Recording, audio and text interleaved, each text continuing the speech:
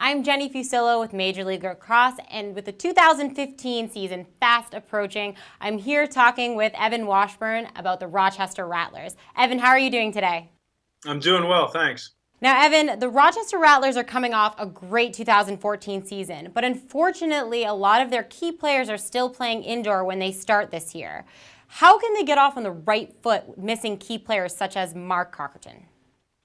I think Tim Sudan, the head coach and decision maker, GM, will be tested. What kind of roster will he have put together with the player pool, supplemental draft, knowing guys would be missing early in the season? Now, the most important thing is they have Jordan Wolf, who I think is poised to be an MVP this season. I just think his game is so explosive, and he's such a tough cover, and he does everything well. Now, he will be facing his first season without that college prep, if you will, where you're working out most of the time, and he's got a full-time job in New York. But from all reports I've heard, he is as committed to the game as he's ever been, and he's just excited to play.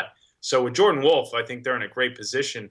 Now, they can't do things single-handedly, but having a goalie like John Galloway, now he's a coach, but I think he'd be able to get there for a Sunday game.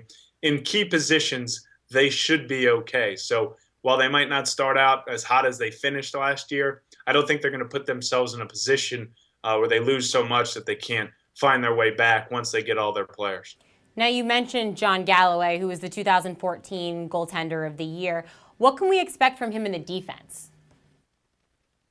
Their defense is fun. I played defense in college, and that's one of the areas of the game that I enjoy watching the most. And it's a real challenge at the Major League Lacrosse level, not just because of the talented offensive players that these guys see, but it's no secret. They just don't have a lot of time to practice with one another. And when a defense is really working well, it's one unit. It's three close, a pole, two short sticks, and a goalie all on a string. So every move is counterbalanced by the guy behind you. And if you watch Rochester play defense, they play at that type of level. And it starts with John Galloway and cage, unbelievable communicator, great stopper, obviously. And then he's got a player in Mike Manley who does so many things, whether it's cover the ball, pick the ball up off the ground, spark transition. And then he's got role players. And John Lade is a guy no one really talks about, but is just as solid as can be.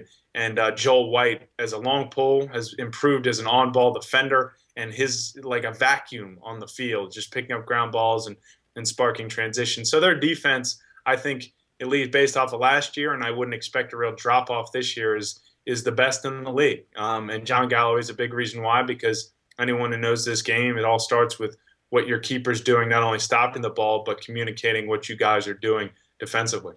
Now, you talked about their exciting finish. They were within one goal last year of beating Denver. Do you think they can get back to that point?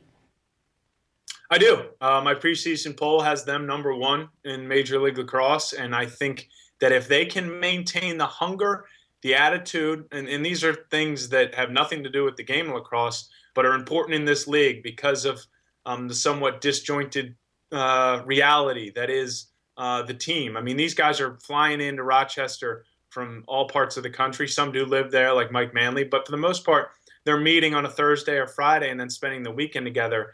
And some teams find that challenging, and it affects their chemistry on and off the field.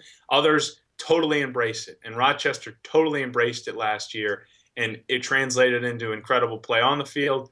Off the field, they were all brothers, and I think in conversations with Tim Sudan leading up to the draft, that's all he's concerned about. He wants to make sure this team keeps that identity where no one player is more important than the other, that they're all about coming in on weekends, working as hard as possible, winning games, and having a blast. If they can do that again, I think with another year of Jordan Wolf's development, if he can maintain and exceed his level of last year, I think they should be champions in Major League Lacrosse. They're my pick right now.